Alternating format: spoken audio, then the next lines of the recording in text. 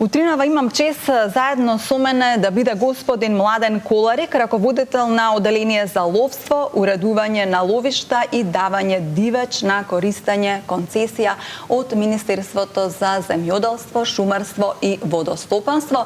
Изборуваме на една интересна тема, а тоа е ловството во Македонија, дивечот во Македонија. Јас не сум знаела, меѓутоа нашата држава нуди богата ловно-туристичка понуда која ја позиционира високо на картата на познати и признаени ловно-туристички дестинации. Добро утро и добре ми дојдовте.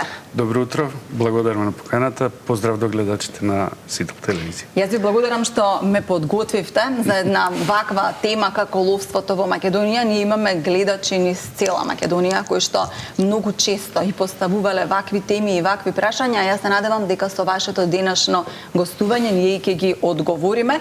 Еве прво јас споменав господин Младен за дивечот кој што е во сопственост на Република Македонија. Кажете ни детали за што станува збор и со каков дивеч располага нашата убава земја? Па, како што рековте, Македонија има стварно богата ловно-туристичка понуда, која се состои во лов на крупен и ситен дивеч, ајде да кажеме така, заја, керевица, подполошка. После од крупниот дивеч имаме волкот, лисицата, еленот, дивата свиња, срната и така натака. Имаме 268 ловишта, од кои 17 се ловишта со посебна намена, имаме 5 ловишта с државни ловишта. Дивечот, како што рековте, е општо добро и спрема тоа подлежи на закон со кој е заштитено, се уредува и се одледува за понатаму за користење. Спрема тоа разликуваме дивеч со заштита и дивеч без посебна заштита. Така, кои се под заштита, господин Младен, а кои се без посебна заштита? Значи, без заштита се, да речеме така наречениот штетен дивеч, мада нема штетен дивеч. Тоа е волкот, лисицата, чакалот, творот и така натака. Има и од птиците јастревот, кокошкар. Додека овие дивечот кој е под заштита, разликуваме трајна заштита, односно тука спаѓаат загрозените видови, како мечката, рисот, видрата, после полвод, разни видови пајки, орлите и така натака. Овој дел го уредува исто така, мора да кажем, и Министерството за животна средина. Така. Во соработка со нас, додека кај дивечот кој е со времена заштита се определува ловостој. Значи, тоа е мерка со која на дивечот му се овозможува да се развива, посебно кога, да речеме, единките ги одледуваат младите. Во тој дел, во тој период имаме ловостој кога дивечот не смее да се лови, не смее да се вознамирува, мора да се прихранува, да се одледува, за да одржиме, сите овие мерки се за да одржиме една стабилна популација на видовите. Значи, тоа е целта на ловството. Ако не се лажам, во моментов сме во ловостој и кажете ни за каков период станува збор, од кога до кога е тој ловостој и од кога ќе може да кажам ловчиите повторно да излезат на ловиштата да ловат? Сега, ловостојот е предвиден во различни периоди за различни видови животни. Тоа зависи од физиологијата на животното, дали се работи за женка или за мажјак. Сега да не спомнувам периоди, датуми. Добро. Еве, да кажеме, дивата свиња од негде 15 септември до 15 јануар може да се лови. После тоа е забрането. Значи, од пролет, ловната сезона почнува 1 април. Така. И ова ловостојот, да, и ловна година е од 1 април до септември тамо. Во тој период е предвиден ловостој затоа што тога се подигаат младите, се обезбедува оптимален број на популацијата, со што може да се одржи видот. Така. Разликуваме, како што веќе споменавме, дивеч под заштита, дивеч без посебна заштита, загрозени видови под трајна заштита, со временска заштита. Сега за сите оние наши гледачи кои што можеби би сакале да се обидат во ова или пак можеби се веќе ловци, кажете ни како се станува ловец во Македонија? Значи, ловец може да биде секој полнолетен граѓанин кој предходно мора да помине ловачка обука. Во што се состои таа ловечка обука, еве да знаеме? Обуката за ловство ја спроведува Ловечката федерација. И таму се држи предавање за сите видови. Како да физиологијата на видовите, кога се парат, кога се котат, размножуваат и така натака. Кога се под заштита, кога не се... Да, сите тие формалности, ситници, детали се стекнуваат на таа обука. Сега, нели, ловците, кандидатите мора и нешто плюс да се потрудат да научат. После тоа, кога ќе се... за тоа само да ги информирам кандидатите кои понатака мислат да полагаат ловачки испит, првенствено на страната на Федерацијата има жиросметка на која се уплаќаат 1200 динари, има барање, се пополнува барањето, се испраќа на мејл до Ловечка федерација. После тоа треба Ловечката федерација датумите за обука ги објавува на Facebook. Добро. Кога ќе заврши обуката, добиваат потврда за посетена обука. Значи, после тоа поднесуваат барање до Министерството за земјоделство, шумарство и водостопанство. Во прилог на барањето е потврдата за посетена обука, 2 уплатници и барањето стига до кај Ловечката федерација, до Министерството. До Министерството. Сега ние закажуваме термини. И обично термините ги правиме во градовите каде што се ловците, каде што имаме поголем број кандидати. Тоа е со цел да им помогнеме на ловците да не мора сега да доаѓаат сите во Скопје да се стават на трошоци. Комисијата оди, да речеме, Струмица и околните градови што се во близина, закажуваме испитна сесија во различни градови. Така. Испитот се состои од 2 дела, теоретски и практични. Теоретскиот дел е во однос на законските норми, правила, прописи, додека практичниот е распознавање трофеи,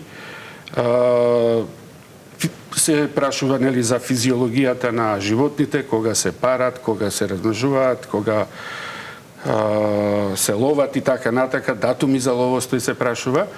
Со тоа ловецот добива уверение со кое после добива ловечка легитимација.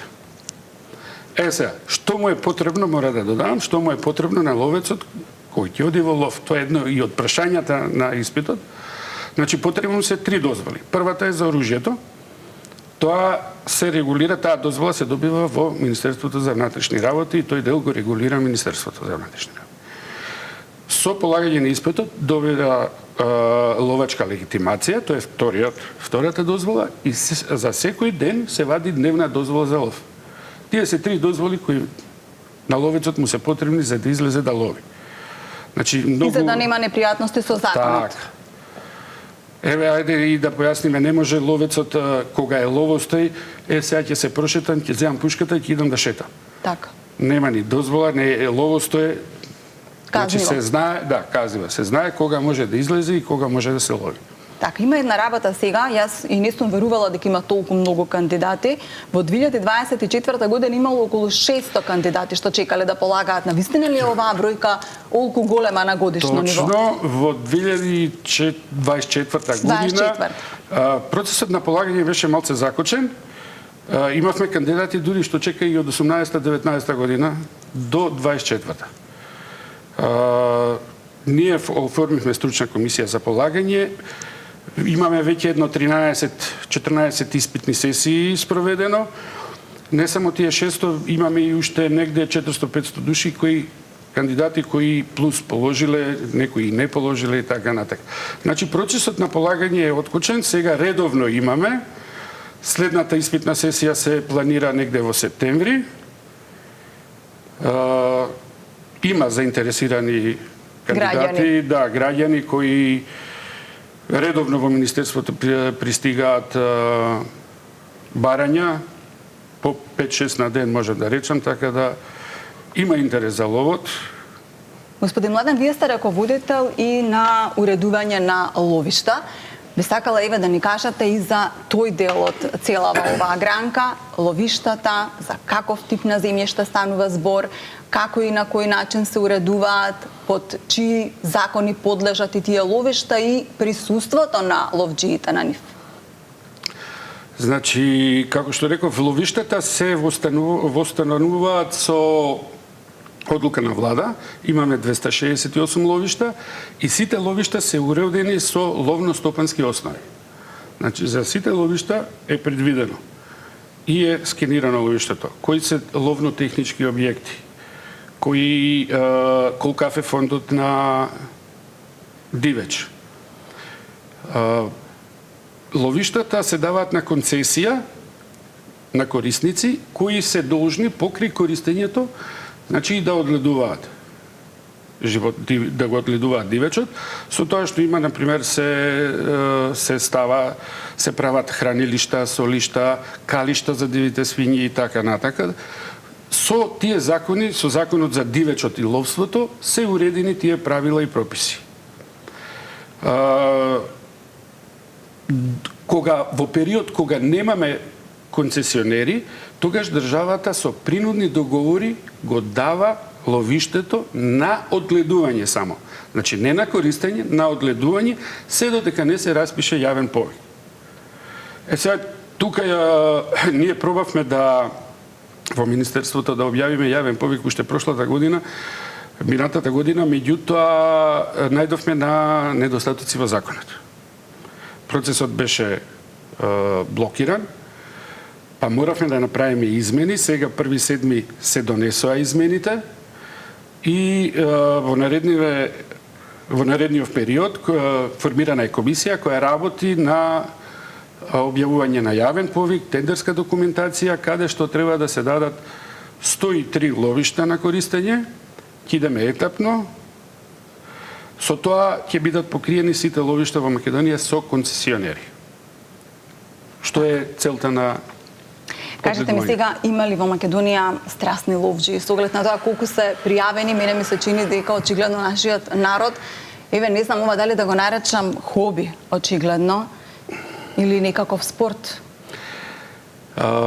Има страстни ловци во Македонија, прави ловци кои ловат за трофеи, не ловат за месо, да кажеме. Ловот е еден вид елитен спорт, да речам. Од давнина се бавеле кралеви, принцеви, и во Британија на некој начин тоа го гледам дека е доминантно. Кај нас е доста добро организиран. Обично тоа се групи, друштва кои во ловечките здруженија членуваат и имаме доста ловци кои се стварно пример за ловење.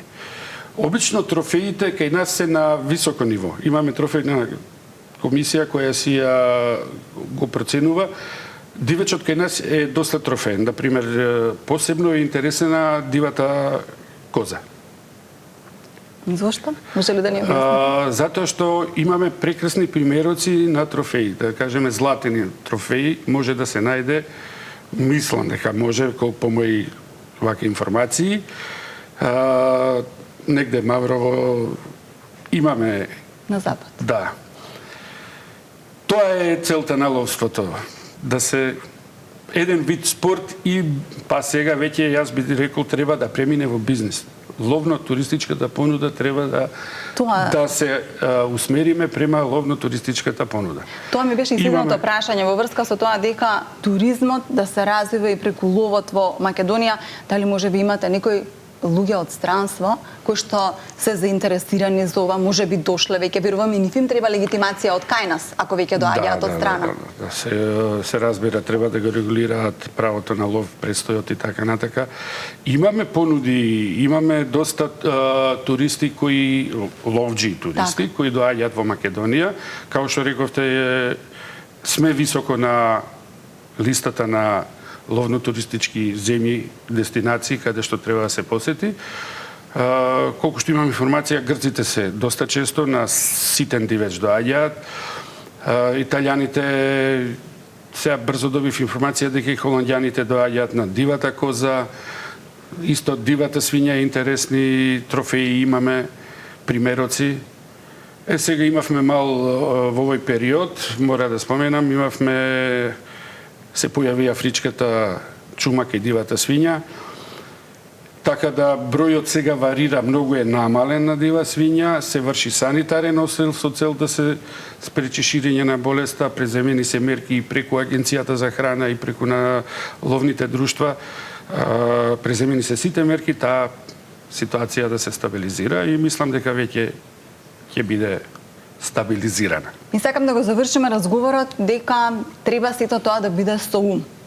Дали може би некогаш и апелирате на хуманост од типот да нема ловократство, да не се лови во ловостој, да се внимава на мајки кои што имаат младинчиња и колку во нашата земја тоа се почитува од страна на ловџиите, кои што може би не ловат за трофеи, туку ловат од друга причина. Целата цел во ловството е да се обезбеди баланс на бројката на примероци од единка. Значи, тоа е целта, да имаме баланс со кој ќе се обезбеди понатамошно функционирање на природата. Природните закони се тие. Еве, например, волкот не е заштитен, меѓутоа тој балансира во некоја одлична бројка, што не е загрозен, меѓутоа и не може да отскокне па да направи повеќе штета. Имаме ловци кои се свесни за ова. Ние, како Министерство и како Комисија за полагање ловечки испит, сме насочени на тоа да им, поготово кај младите кандидати, да им предочиме дека целта е таа хуманост која ја спомнавте. Да се поштува ловостојот, се задржи фауната која што имаме. Фауната, да се поштува ловостојот, да се лови кога е дозволено. Главно прашање е со што е забрането да се лови. Има ловократци, не е да нема. Меѓутоа, си има инспекторски служби, полицијата тука си презема делови. Пак ќе речам, значи, концесионерот е тој кој се грижи за ловиштето. Затоа му е дадено на концесија. И тој овие работи треба да ги превзема и да ги спроведува понатака. Он пријавува дали има ловократци, он дава дозволи. Концесионерот е тој кој го одледува и користи ловиштето. Господин Куларик, јас ви благодарам за денешното гостување. Се надевам дека на многу луѓе кои што се интересираат токму за оваа гранка, им ги дадовме одговорите, а ве очекувам во некое следно издание на некоја сродна тема, можеби со Ловечката федерација, да знаеме уште повеќе за ова што ни се случува во нашата земја и, да кажам, убавините кои што ги поседува, а дефинитивно дел од убавините е освен флората и фауната. Имаме прекрасна држава, треба да ја чуваме. Ви благодарам. Благодарам и вам.